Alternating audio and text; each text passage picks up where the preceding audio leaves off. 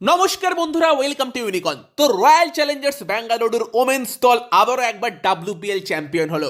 আর এই মরশুমটাই আরসিবির ওরকমই গিয়েছে, চ্যাম্পিয়ন হবার মতোই তারা খেলেছে। বাট উল্টো দিকে তুমি দিল্লি ক্যাপিটালসকে দেখো, মানে প্রত্যেকটা টুর্নামেন্টেই একই অবস্থা, তারা খেলেই ফাইনালে গিয়ে হেরে যাবার জন্য। আর ওমেন্স টিমটাকে দেখে তো খারাপই লাগছে। 2023, 2024, 2025, 2026 পরপর 4 বছর ডাব্লিউপিএল ফাইনাল খেললো দিল্লি ক্যাপিটালস, বাট একবারও ট্রফি জিতলো না। পরপর 4টে মরশুম রানার্স আপ, বলা যেতে পারে সব থেকে ধারাবাহিক টিম, বাট ট্রফি কিন্তু পেলো না।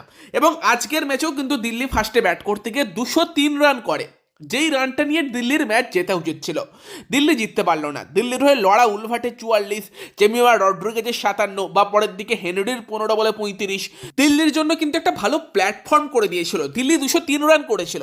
তবে আবারও বলতে হবে লরেন বেলের কথা, 4 ওভার মাত্র 19 রান দিয়েছে, উইকেট হয়তো পায়নি, বাট আবারও একটা ইকোনমিক্যাল স্পেল কিন্তু লরেন বেলের থেকে ফাইনালেও এলো। এবং আরসিবি রান চেস করতে নেবে শুরুতেই কিন্তু গ্রেস হ্যারিসের উইকেটটা হারায়, তখন উল্টো দিকে স্মৃতি মান্ধানাও খাতা খোলেনি। এবং সেই জায়গাতে দাঁড়িয়ে তারপর সেখান থেকে স্মৃতি মান্ধানা আর জর্জিয়া ভল, মনে আছে টুর্নামেন্টের শুরুর দিকে আমরা বারবারই বলছিলাম জর্জিয়া ভলকে খেলাতে হবে, সেই সময় আরসিবি খেলাচ্ছিল না, সেই জর্জিয়া ভলকে কিন্তু তারপর আরসিবি পরের দিকে নিয়ে আসে। এবং দেন কি ইম্প্যাক্ট, ফাইনাল ম্যাচে জর্জিয়া ভল আর স্মৃতি মান্ধানার ব্যাট থেকেই কিন্তু আরসিবির জয়টা এলো। জর্জিয়া ভল করে 54 বলে 79, স্মৃতি মান্ধানা ক্যাপ্টেন 41 বলে 87।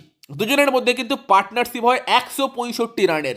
যখন 16 ওভার 3 বলে জর্জিয়া ভল আউট হচ্ছে, তখন ম্যাচ আরসিবির পকেটে পুড়ে দিয়েই গিয়েছে। তবে দেন ম্যাচটা একটু জমে গিয়েছিল, রিচা ঘোষ আউট হয়, স্মৃতি মান্ধানা আউট হয়, এবং সেই জায়গাতে এসে রাধা যাদব প্রথম বলে ক্যাচও তুলে দিয়েছিল।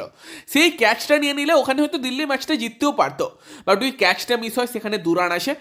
এবং শেষ ওভারে গিয়ে রাধা যাদব কিন্তু শ্রীচরণী তাকে 2টো 4 মেরে আরসিবিকে ডাব্লিউপিএল ফাইনাল জিতিয়ে দেয়। লাস্টে একটু কীরকম যেন হলো, কারণ বেল পড়ে গিয়েছিল, একবার মনে হলো রাধা যাদব কি হিট উইকেট হয়ে গিয়েছে, বোধহয় দিল্লির উইকেট কিপারের হাতে লেগেই বেলটা পড়ে গিয়েছিল। এবং দেন একটু সময় লাগলো যে আরসিবি চ্যাম্পিয়ন হয়ে গিয়েছে সেটা ক্লিয়ার হতে, বাট চ্যাম্পিয়নদের মতো খেলেই আরসিবি কিন্তু চ্যাম্পিয়ন হয়েছে, ওয়েল ডিজার্ভিং। এবং এই সময় দাঁড়িয়ে কিন্তু আরসিবির কাছে আইপিএল এবং ডাব্লিউপিএল দুটো ট্রফিই আছে, যেটা কিন্তু অবশ্যই একটা বড় অ্যাচিভমেন্ট, যেটা কিন্তু বলতেই হবে। সেখানে কিন্তু স্মৃতি মান্দানা ক্যাপ্টেন সামনে থেকে লিড করে কিন্তু আরসিবিকে ডাব্লিউপিএল 2026 জিতিয়ে দিল। এই ডাব্লিউপিএল নিয়ে তোমাদের কি মতামত? আমার তো এই ডাব্লিউপিএলটা এখন অবধি সব থেকে সেরা লেগেছে, সেরা মরশুম গিয়েছে, ভালো কোয়ালিটির ক্রিকেট হয়েছে। তোমাদের কেমন লেগেছে? আরসিবির খেলা কেমন লেগেছে? কমেন্টে অবশ্যই জানিও।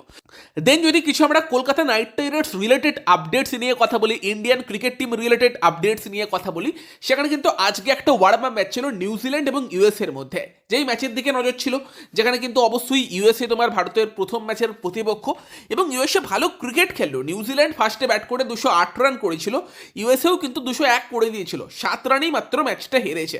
খারাপ ফাইট কিন্তু ইউএসএ দেয়নি। তবে এই ম্যাচে তোমার নিউজিল্যান্ডের হয়ে রাচিন রবীন্দ্র, ফিন অ্যালেন দুজনেই কিন্তু খেলেনি। কেকেআর প্লেয়ারদের মধ্যে একজনই খেলেছিল, টিম সাইফার্ট।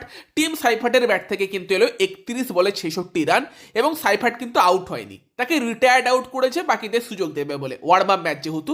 তবে ওয়ার্ম আপ ম্যাচেও কিন্তু টিম সাইফার্টের ব্যাট থেকে ভালো রান এসেছে।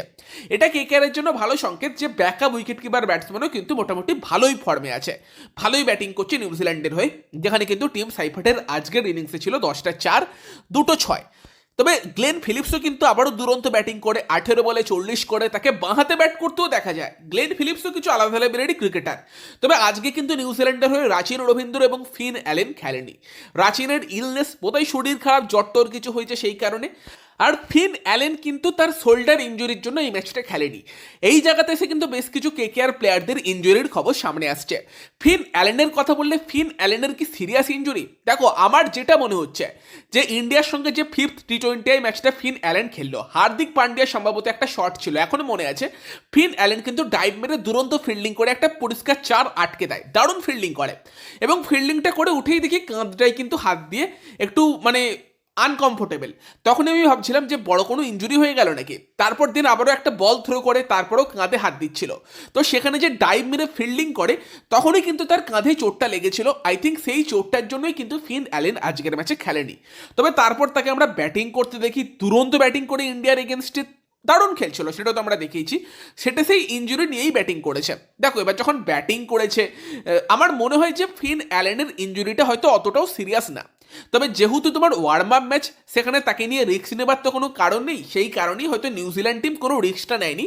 বাট আমার মনে হচ্ছে যে ফিন অ্যালেনের ইঞ্জুরিটা হয়তো অতটাও সিরিয়াস কিছু না, যেটা নিয়ে আমাদের চিন্তা করার দরকার আছে। কারণ নিউজিল্যান্ড জানে ফিন অ্যালেন কি করতে পারে, কি অফার করতে পারে, তার কি এবিলিটি, সেটা নিউজিল্যান্ড জানে। তো তারা ভাবছে যে ফিন অ্যালেন রেস্ট নিক, তাকে আমরা মেন টুর্নামেন্ট শুরু হলে সেখানেই খেলাবো। আমার সেটা মনে হচ্ছে। চোট অবশ্যই আছে, আর ইন্ডিয়ার এগেনস্টে ম্যাচটাতেই লেগেছিল, তারপরও ফিন অ্যালেন ব্যাটিং করেছে। তবে সেটা হয়তো অতটাও সিরিয়াস না, যেটা নিয়ে কেকেআর ফ্যানেদের চিন্তা করার কোনো কারণ আছে। আইপিএলে তো পুরোপুরি ফিট হয়েই যাবে, টি-20 ওয়ার্ল্ড কাপে হয়তো প্রথম ম্যাচ থেকেই ফিন অ্যালেন খেলবে। তবে আর একজনের চোট নিয়ে চিন্তা বাড়তে পারে, সেটা হচ্ছে হর্ষিত রানা।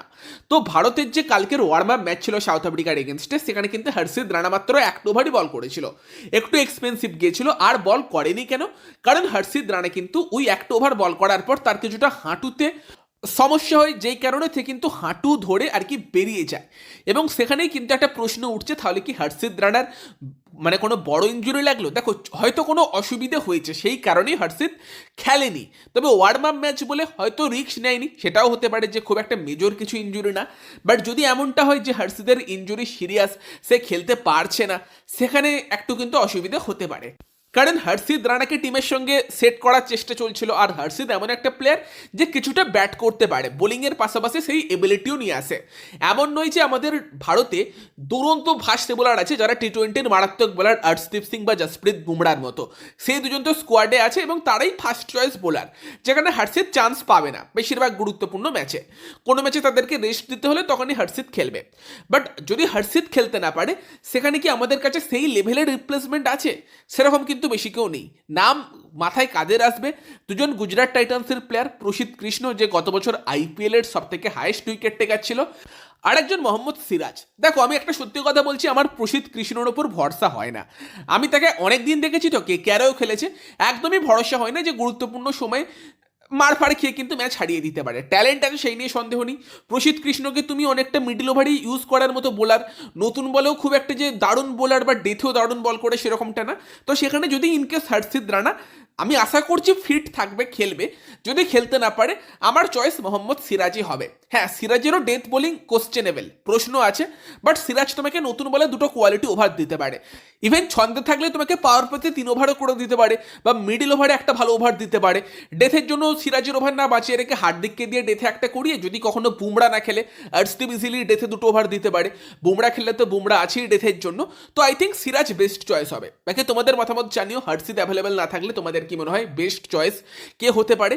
বাকি আরসিবির ডাব্লিউপিএল জেতা নিয়ে কি বলবে কমেন্টে জানিও। ভিডিওটা ভালো লাগলে ভিডিওটাকে লাইক করে দিও, শেয়ার করে দিও। আমাদের চ্যানেলে প্রথমবার এলে আমাদের চ্যানেলটিকে সাবস্ক্রাইব করে তার পাশের বেল আইকনটাকে অন করে দিও। তো চলো গাইস, এই ভিডিওতে এই পর্যন্তই। Bye bye.